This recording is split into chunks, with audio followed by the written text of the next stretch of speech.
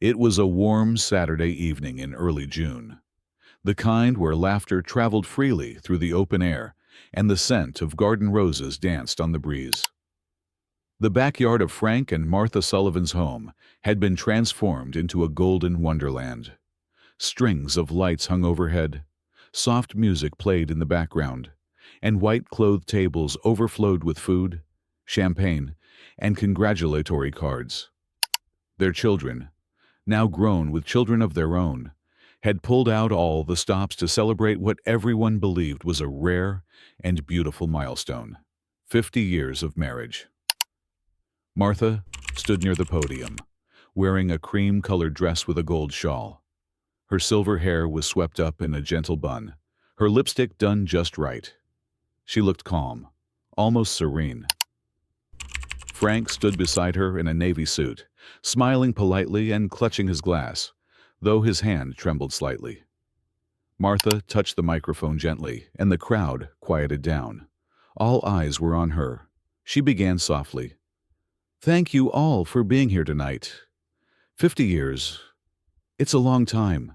Half a century of waking up next to the same person, laughing, arguing, sharing, forgiving." The crowd smiled. Some couples, nodding in recognition. Martha smiled too, but it didn't quite reach her eyes. She continued. "Frank and I met at a diner when I was just 19. He had a crooked smile and a bad joke about meatloaf. I laughed. And somehow, that laugh turned into a lifetime." Guests chuckled. Frank laughed too, though his eyes shifted toward the far corner of the yard, where a woman stood quietly, sipping wine. It was Carol, friendly neighbor, longtime widow, and a woman everyone assumed was just a harmless part of the neighborhood furniture. Martha's voice remained steady. "Over the years, we built a home, raised children, buried our parents, and forgave each other for so many things." She paused. "But some things," she added, looking at Frank now, "some things can't be forgiven." The mood shifted. A quiet tension rippled through the crowd. Frank stiffened. Carol slowly lowered her wineglass. Martha lifted a small remote and clicked. A screen behind them, previously showing a looping slideshow of old family photos, suddenly changed. The next photo wasn't from their honeymoon. It wasn't even of their family. It was grainy, black and white, taken from a distance but clear enough. It showed Frank, standing outside Carol's back door, kissing her. Gasps echoed around the yard. One guest knocked over a glass. Martha didn't flinch. She looked directly at her husband. "You told me you were helping her fix her garden bench, but it wasn't the bench you were nailing." 3 months before the party, Martha had been folding laundry when she found the first crack in the mirror of her marriage. It was a small thing, a text notification on Frank's phone. He'd left it charging on the kitchen counter, face up. She didn't mean to look, but it lit up right beside her.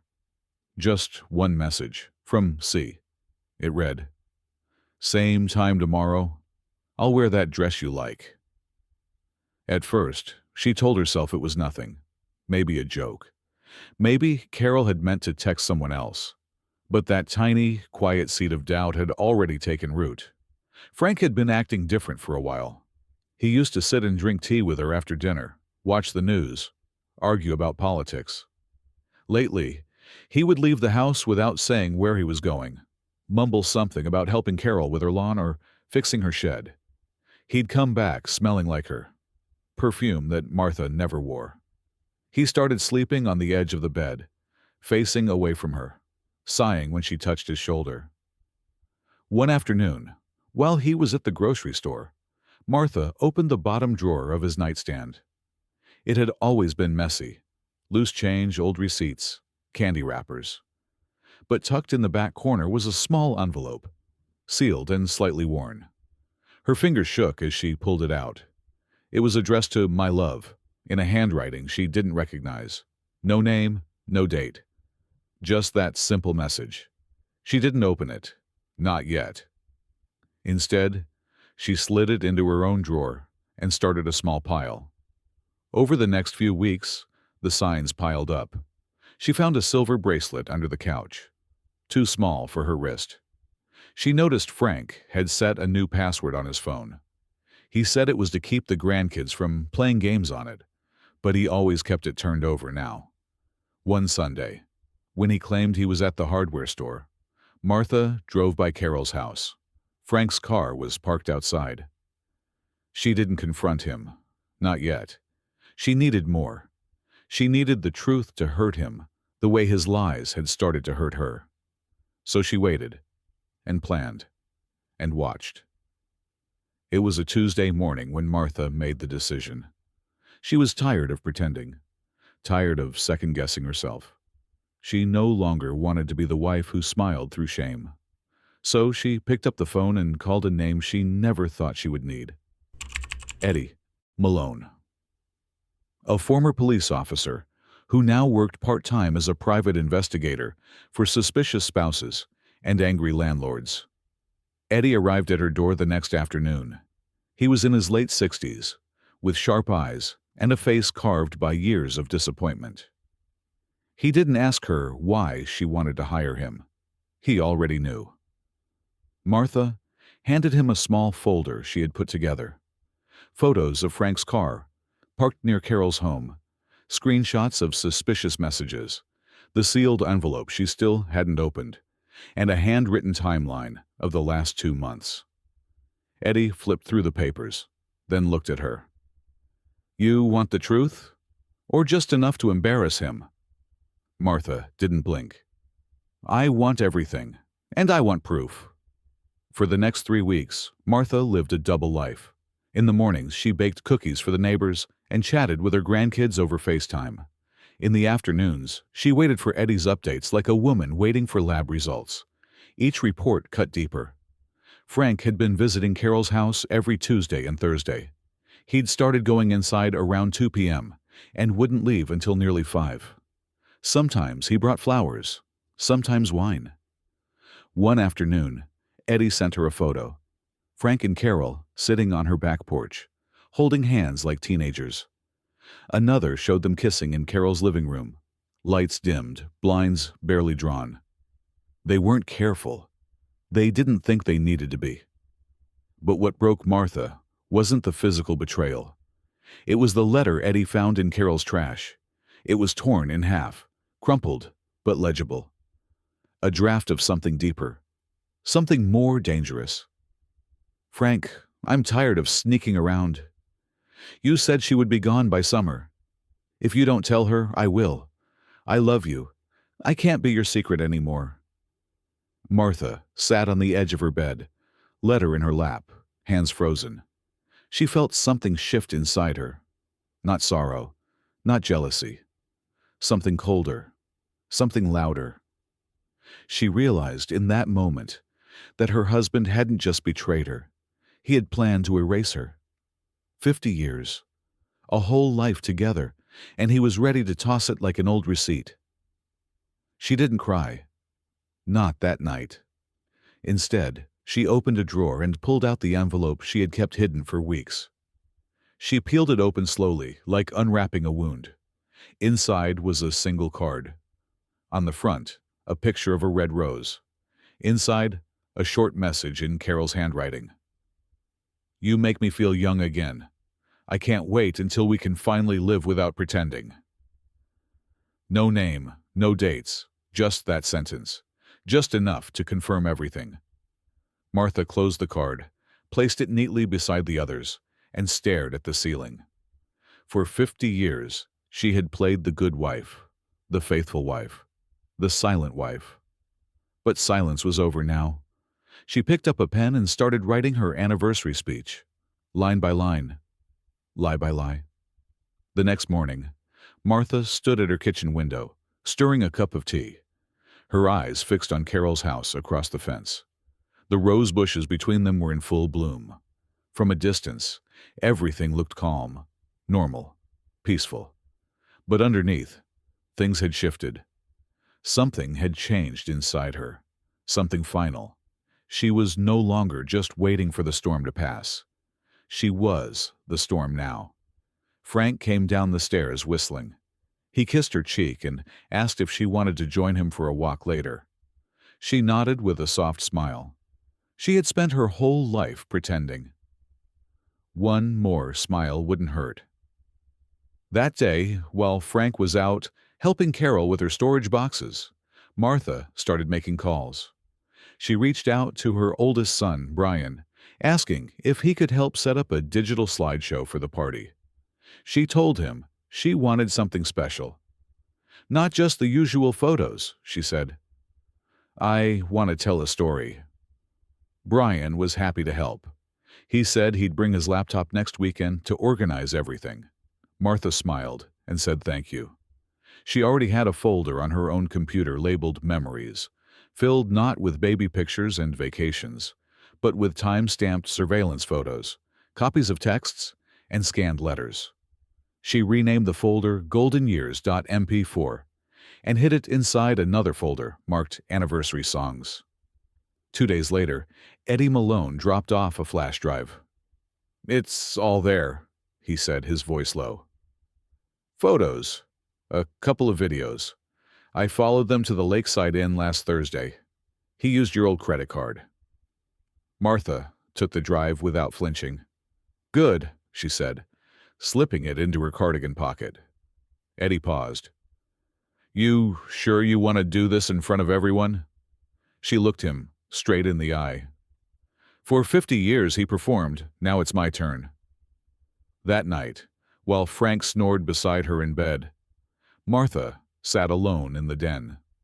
She rewatched the clip Eddie had recorded, Frank and Carol walking into the hotel, her husband holding the door for her like a gentleman.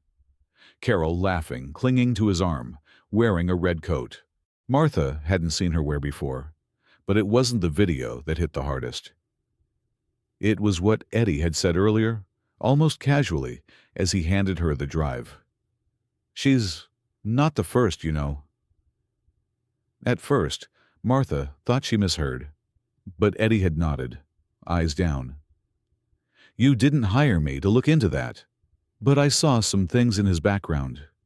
Years ago, back when he traveled for work." She didn't ask for more. She didn't need more.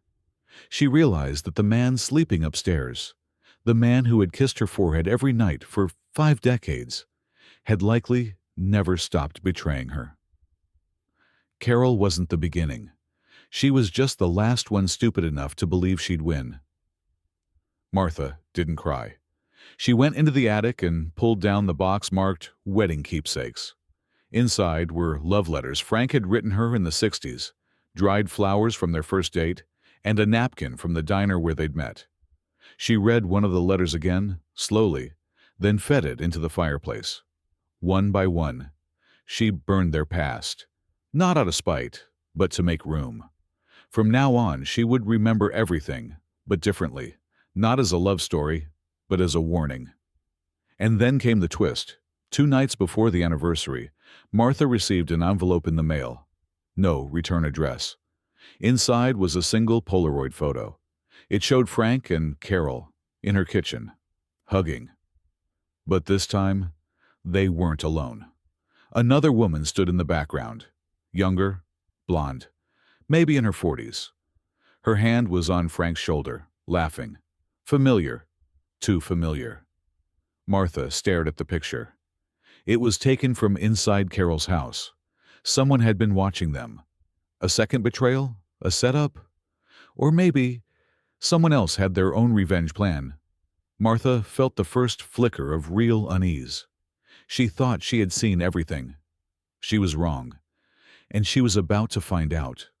On the night of the celebration. She wasn't the only one with secrets to reveal. Martha stared at the photo long after the fire in the fireplace had gone out. The younger blonde woman in the background. There was something unsettling about her face, something that tugged at Martha's memory, like a name she almost remembered in a dream. She turned the photo over. Nothing. No note, no signature, just that silent image. The next morning, she made herself busy in the garden. She didn't want Frank to notice anything different. As he sipped his coffee and read the paper, Martha clipped roses and placed them neatly into a vase, smiling like she hadn't just spent the night trying to decipher a photo sent by a stranger. But she couldn't shake it. Something was wrong with the way Carol had been smiling in that photo. Too stiff. Forced, even. And the hand on Frank's shoulder. It didn't look affectionate. It looked like control. That evening, while Frank was dozing off in front of the television, Martha walked across the yard and knocked on Carol's door. It was bold, risky, but her curiosity had grown sharper than her fear. Carol opened the door, surprised. "Martha, you okay?" Martha smiled gently. "Just wanted to drop off some roses. They're blooming beautifully this week." Carol hesitated, then stepped aside. "Sure, come in." The house smelled like lemon and something sweeter. Perfume, thick in the air. The living room was perfectly arranged, but cold. Too clean. Martha sat for a few minutes, sipping tea, chatting lightly about weather, gardens, and grandchildren. Then she asked it. "I saw a photo recently. Of you, Frank. And someone else. A younger woman. Know who I mean?" Carol stiffened, her eyes narrowing just slightly. "No, I don't think so." "Maybe one of your granddaughters?" Martha smiled. "No, definitely not." There was a flicker, something dark in Carol's eyes that she tried to hide by sipping her tea. Martha leaned in. "You're not the only one keeping secrets, Carol, and I'm not the only one watching." Carol stayed silent, but her fingers were gripping the edge of her cup too tightly. Martha stood up. "Lovely visit. See you Saturday." As she walked back home, she knew she had struck a nerve. Carol wasn't just involved, she was hiding something too. And that blonde woman in the photo. She wasn't random. She was part of something larger. A second affair. A shared lover, or worse. A setup that even Frank didn't understand. The next day, Martha called Eddie. "Find out who the woman in that photo is," she said. "Start with Carol. Dig into her past, everything." Eddie hesitated. "You think she's dangerous." "I think she's smarter than she looks," Martha replied. "And I don't think Frank's the only one lying to me." While Eddie got to work, Martha's son, Brian, came over to help with the slideshow setup. He connected her laptop to the projector, asking her which folder had the anniversary pictures. Martha pointed. "That one, the Golden Years folder." He clicked it open, saw the fake song titles, and laughed. "You really organized this." She smiled. "Just wait until you see the final track." Brian didn't notice the second USB drive tucked beneath the table, the one that held the real show. That one would be plugged in last, just before the cake was cut, when everyone's eyes would be glued to the screen. But that plan now had a new layer. Martha wasn't just going to expose her husband. She was going to expose Carol too. And maybe, just maybe, figure out what the hell was really going on behind that neighborly smile. Because this wasn't just a love affair anymore. It was a web. And Martha had finally stopped being the fly.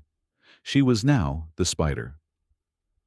The sun began to set, casting long shadows across the lawn as the Sullivan house lit up like a wedding hall. Gold balloons swayed gently above the tables. A live quartet played soft jazz. White lights flickered on the fence, and the air buzzed with laughter, compliments, and the clinking of glasses. It was the kind of party people would remember, though not for the reasons they thought. Martha stood at the top of the back porch steps, looking down at it all. She wore a floor-length champagne-colored dress, simple but elegant. A brooch Frank had given her on their 20th anniversary gleamed on her shoulder. She looked radiant, but calm, too calm, like a match waiting to be struck. Frank moved through the guests, smiling, thanking everyone for coming, hugging old friends. He seemed lighter than he had in weeks. Maybe he thought he was finally in the clear. that the deception had been buried beneath decades of loyalty and Martha's quiet nature. He was wrong. Carol arrived late. She wore a navy blue dress and her signature red lipstick. Her smile was bright, but her eyes flickered nervously the moment she saw Martha. It lasted only a second, but Martha caught it. She had become an expert at reading cracks in smiles. Martha walked over with practiced ease. "Carol, you made it." Carol nodded. "Wouldn't miss it for the world." Martha leaned in slightly. "No, I bet you wouldn't." As Carol turned toward the drink table, Martha whispered low and cold, "You're not the only woman Frank lied to." Carol froze for just a second. That was all Martha needed. The evening moved forward like a parade of perfection. Guests gave short toasts, laughing over memories. Grandchildren performed a song. Family members cried.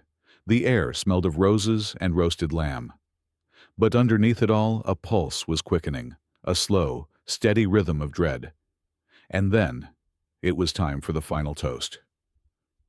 Brian stood up and announced, "Ladies and gentlemen, it's time for a very special message from our mother.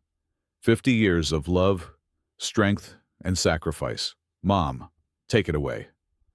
Martha walked up slowly, her heels silent on the wood. She took the mic in her hands, steady as stone. "Thank you, Brian. And thank you all for being here tonight. 50 years, that's half a lifetime. A lot of memories, a lot of trust." She paused, scanning the crowd. Frank smiled nervously. Carol looked down at her hands. "I thought about what to say tonight. I thought about quoting poets, sharing stories, thanking the man I married for being my partner, my rock, my one and only." She looked at Frank. "But then I remembered something more important. Truth. That's what marriage is built on, right? Truth." The crowd was quiet now. No more clinking glasses. Just silence. She raised the remote.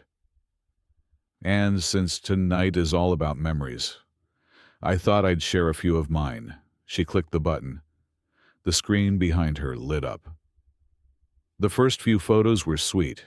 Their wedding day, holding their first child, Martha in her 20s on the beach. Guests smiled, relaxed.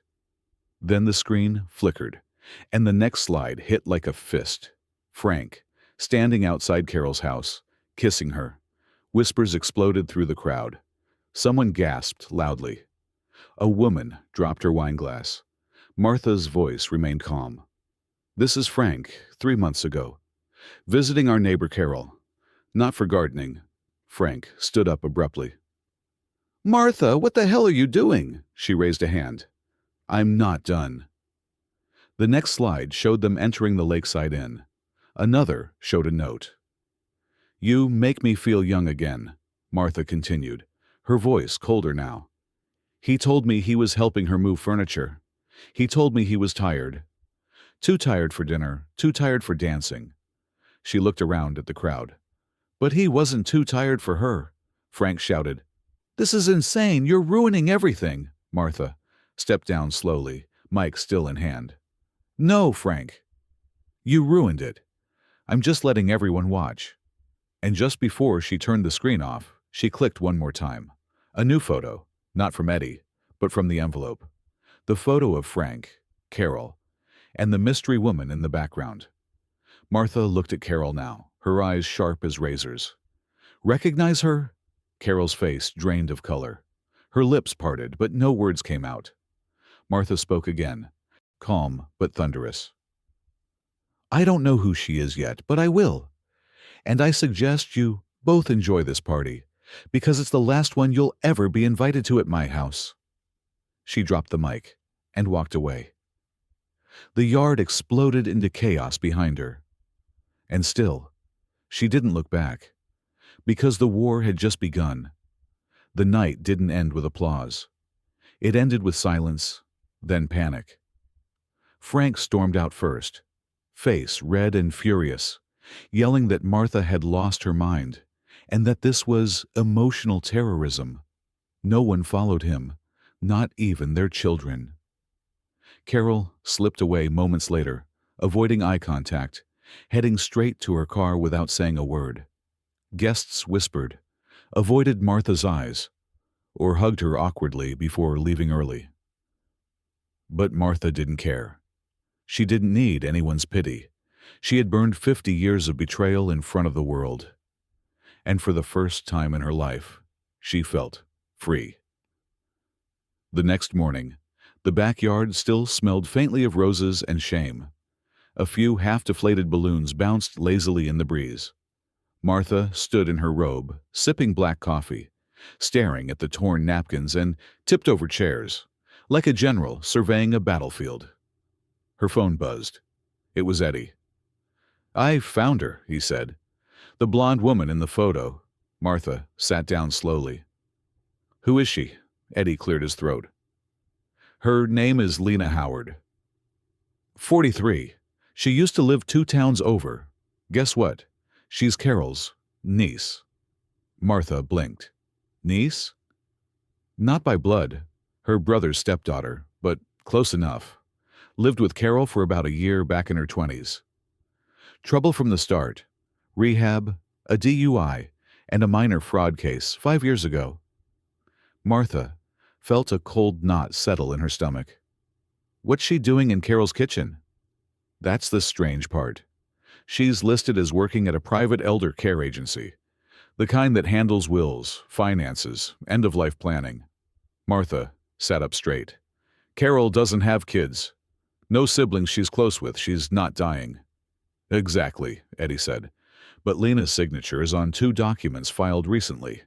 One of them, a power of attorney form, naming her guardian in case of mental decline. The other, a revised will." Martha's stomach turned. Carol wasn't just having an affair. She was setting something up. Or being used. And suddenly, the pieces started to shift. Maybe this hadn't been about love at all. Maybe Frank wasn't just weak. Maybe he was being played. And if Lena was involved in financial scams before, what else was she manipulating now? That night, Martha couldn't sleep. She lay in bed replaying every neighborly favor, every potluck dinner, every smile Carol had given her over the fence. She thought about the photo again, how Carol's smile didn't look joyful, but trapped. How Lena wasn't just in the background. She was watching, calculating. It was no longer just about infidelity. It was about money, control, and maybe something far more sinister. So Martha did what she did best. She made a list. Frank, Carol, Lena, the money, the documents. She would trace every connection. And when she was done, she wouldn't just expose an affair. She'd uncover a scheme. Because betrayal hurts. But manipulation? That's war. Martha always believed betrayal was personal, an affair, a lie, a hidden letter. But as she stared at Lena Howard's name in the documents Eddie sent her, she realized something else. This wasn't just personal.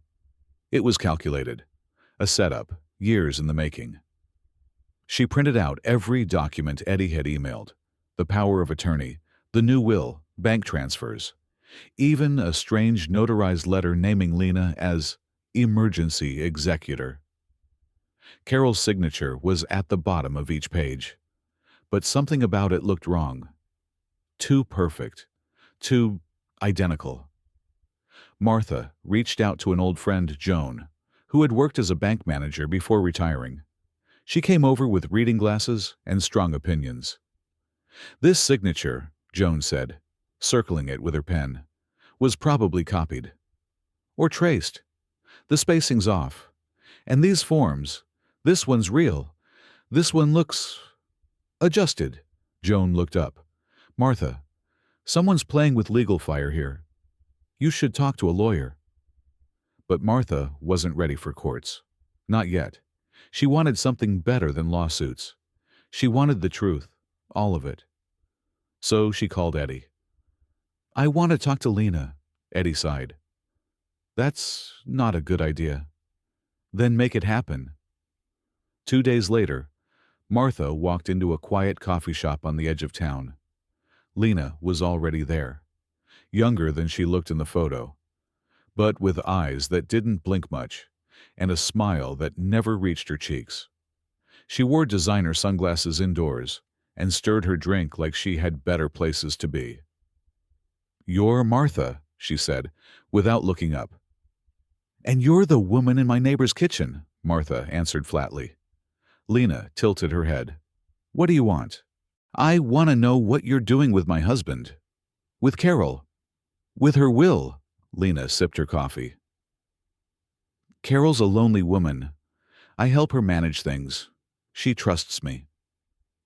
"She trusted you enough to give you everything?" Lena finally looked at her. "Frank didn't fall in love with Carol. He fell into a trap. You should be thanking me. I was going to keep him, and you, out of this." Martha felt her spine go cold. "So you admit it," Lena smiled, just slightly. "I admit nothing. I was helping Carol clean up her affairs. She was confused, frustrated. You know what aging does to people." "Carol isn't confused," Martha snapped. "She's scared. I saw it in her face. You're not helping her. You're using her. And if Frank thought he was seducing a neighbor, he was just another pawn." Lena stood up and leaned in close. "You're smart, Martha. But be careful. The more you dig, the uglier this gets. Carol's not the only one with things to lose." Martha didn't flinch. "I've already lost the man I married. I've got nothing left to fear." Lena smiled. "Oh, I think you do." And with that, she walked out. Martha sat alone, hands clenched. Her tea had gone cold. That night, she couldn't sleep. And the next morning, something else went cold too. Carol's house, lights off, mail untouched. Her car still in the driveway. By noon, police were there. By evening, the word had spread. Carol was missing. No note, no sign of struggle. Just her phone, left on the kitchen counter beside a half-eaten apple. And suddenly, Martha's story wasn't just about betrayal anymore. It was about one disappearance. And Martha knew, deep in her gut, Carol hadn't run away. She had been silenced. For the first time in weeks, the Sullivan house was quiet. Too quiet. No calls from relatives. No awkward check-ins from neighbors. Just the heavy silence of a home sitting beneath a cloud of suspicion. Carol's disappearance had shaken the neighborhood. Police cars had come and gone. Officers knocked on doors, asked questions, took statements. Frank barely spoke. He sat in his study most of the day, nursing a drink and flipping through old newspaper clippings, like he was trying to escape into the past. Martha didn't speak to him, not beyond what was necessary. The police called. "Dinner's on the counter." "I'm not doing this for you. I'm doing it for myself." Frank seemed smaller now. Not the confident man who had lied to her face with charm, but a shadow of that man. A shell. But Martha didn't trust it. She knew men like him could cry and still be lying. And still, no one had seen Carol. Not her car, not her phone, not even Lena. But Martha had seen something else. She had seen enough. She went back to Eddie, armed with every document, every photo, and the cold certainty of someone with nothing left to protect. She laid it all on the table. The altered will, the power of attorney, the hidden relationship between Lena and Frank. Yes, that too. Because Eddie had found one last file, a transfer record. $75,000 moved out of a joint account Frank had opened years ago in a second bank under the name F.S. Wallace, his mother's maiden name. The transfer had happened 2 months ago. Destination: a private account in Lena Howard's name. Martha nearly vomited when she saw it. "Did you know about this?" she asked Frank that night. He looked at her with hollow eyes. "It was supposed to be a short-term loan. She was helping Carol. I didn't think it would matter." "You didn't think it would matter," Martha said, her voice trembling. You were funneling money to the same woman who forged legal control over your mistress, and now she's missing." Frank didn't answer. That night, Martha packed a bag and left the house. She checked into a small motel outside town, one with no cameras, no noise, and no memories. She needed space, not for grief, but for the final step. She opened her laptop. She uploaded everything: the altered documents, the surveillance, the bank records, even a secret audio recording she'd made of Lena's thinly veiled threats in the coffee shop. Then she sent it, not to the police, not to her children, but to a journalist.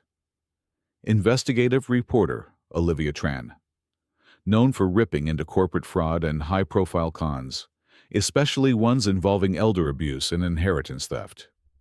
She added a single line to the email: "Greater than you want a story? Start here. You'll find blood under the gold." Then she turned off her phone and lay on the bed, staring at the ceiling, finally able to breathe. 2 days later, the story broke online. Missing woman tied to inheritance fraud scheme. Husband and mistress named in explosive family reveal. It spread like wildfire. Martha's inbox filled with messages. People from the party, strangers. Even women who had gone through the same kind of betrayal years ago, now writing to say, "You spoke for us." And just when she thought the storm had peaked, her phone rang again. It was the police. They had found something. A car, in the lake, registered to Carol, inside one purse, one shoe, and in the back seat, wrapped in a towel, a burned contract. Half legible. The name, Lena Howard, was still visible. But Carol was still missing. No body, no calls, no goodbye. And suddenly, Martha realized the war might be over, but the silence was just beginning. Weeks passed. The police dragged the lake again. Divers found scraps of clothing, torn plastic, and the rusted frame of a folding chair. But no body. No bones. No sign of Carol Sullivan, or Carol Watson, her maiden name, which Martha now knew had been used to take out a second life insurance policy just 6 months earlier. The journalist, Olivia Tran, ran 3 follow-up articles. One exposed Lena's fraud history, including a nursing home case that had been quietly settled years earlier. Another revealed Frank's offshore account, which had since been frozen. The third, more haunting, asked the question no one could answer. Did Carol disappear, or was she disappeared? Martha watched it all unfold from the sidelines. Quiet, still, as if she'd already said all she needed to. Frank was served with charges: financial conspiracy, identity fraud, and obstruction of justice. He was put under house arrest pending trial, a GPS monitor locked around his ankle. He looked like a ghost now, pale, shaking, aging by the hour. Their children had stopped speaking to him, even Brian, who once worshipped his father. Martha returned to the house once, just once. She walked through the rooms like a stranger, touched the frame of their wedding photo. She didn't cry. She simply placed a single note on the kitchen table. "You never really fooled me. I just loved you too much to see the truth." "Not anymore." Then she left. For good. But the story wasn't done, because 3 months later, on a wet Thursday morning, Martha received a package in the mail. No return address. Inside was a photo of Carol, alive, smiling, standing on a dock in what looked like Mexico. Behind her, waves, a sunset, and why? Lena Zhao, wearing sunglasses and holding a drink, looking directly at the camera. Written on the back in blue ink, one sentence: "Sometimes to survive, you have to disappear first." Martha stared at it for a long time. She laughed. Not out of joy, but out of the sick, twisted poetry of it all. Carol wasn't dead. She wasn't a victim. She had played her part beautifully. The will, the transfer, the missing act, the silence. It had all been part of their plan, a performance of disappearance. And Martha? She had delivered the perfect distraction, The spectacle, the storm, the confession party that drew every eye. She had unknowingly helped them vanish. But she didn't regret it, because in the end, she had exposed Frank for what he was, stripped him of power, of pride, of the perfect mask he wore for 5 decades. She had walked out free, not untouched, but awake. And as she looked at the photo one last time, she smiled. Because even though Carol had disappeared, Martha had survived. And sometimes, that's the better ending.